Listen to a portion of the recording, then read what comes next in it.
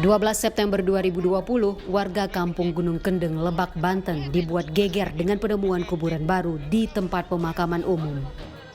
Bagaimana tidak, saat makam dibongkar, ditemukan jenazah seorang bocah yang masih menggunakan pakaian lengkap.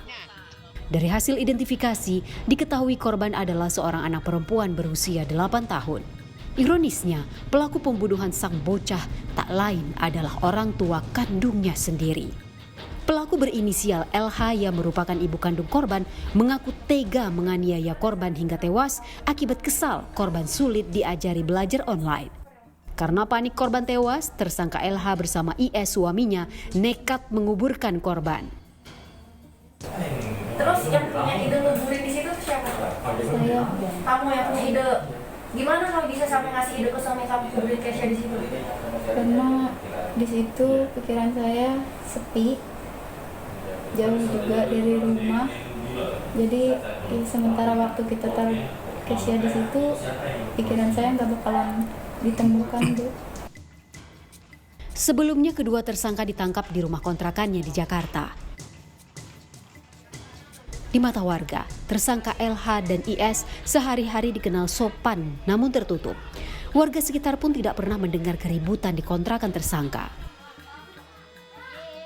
Di lingkungan masyarakat baik, kata-katanya juga bagus, nggak pernah ini.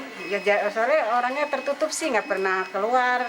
Paling kan orangnya ya keluarnya kalau lagi kayak gitu, lagi keluar jajan gitu baru dia ini. Pas kejadian meninggal itu, Bu, ada keributan atau tidak, Bu? Nggak pernah kedengaran ada keributan. Komisi Perlindungan Anak Indonesia atau KPAI mengaku tak habis pikir orang tua yang merupakan orang terdekat korban tega menganiaya korban hingga meninggal dunia.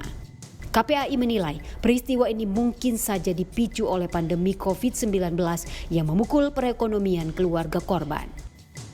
Kami mendapat kabarnya bahwa kedua orang tua ini memang mengontrak ya di Jakarta. Lalu barangkali tadi anak 3 berarti kan ya. Kemudian juga situasi pandemi ini memukul ekonomi gitu ya, sehingga mengakibatkan secara psikologi orang tua tuh mengalami yang disebut dengan kecemasan gitu ya. Kemudian terbebani oleh banyak hal termasuk bagaimana mengajarkan anak-anak belajar di rumah gitu, menjadi beban tersendiri juga kan. Apalagi seorang ibu perannya jadi ganda gitu ya. Ini yang mengakibatkan peristiwa semacam ini terjadi. Jadi memang harus dilihat dulu ya konteksnya seperti apa ini. Tapi apapun ya harus ada penegakan hukum karena ini sudah mengakibatkan nyawa melayang. Atas perbuatannya, kedua pelaku dijerat pasal 80 ayat 3 Undang-Undang Nomor 35 Tahun 2014 perubahan atas Undang-Undang Nomor 23 Tahun 2002 tentang perlindungan anak dan atau pasal 338 KUHP.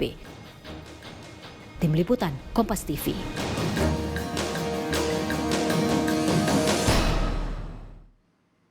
Kita ke informasi lain, Saudara. Kasus Keraton Agung Sejagat di Purworejo, Jawa Tengah memasuki sidang vonis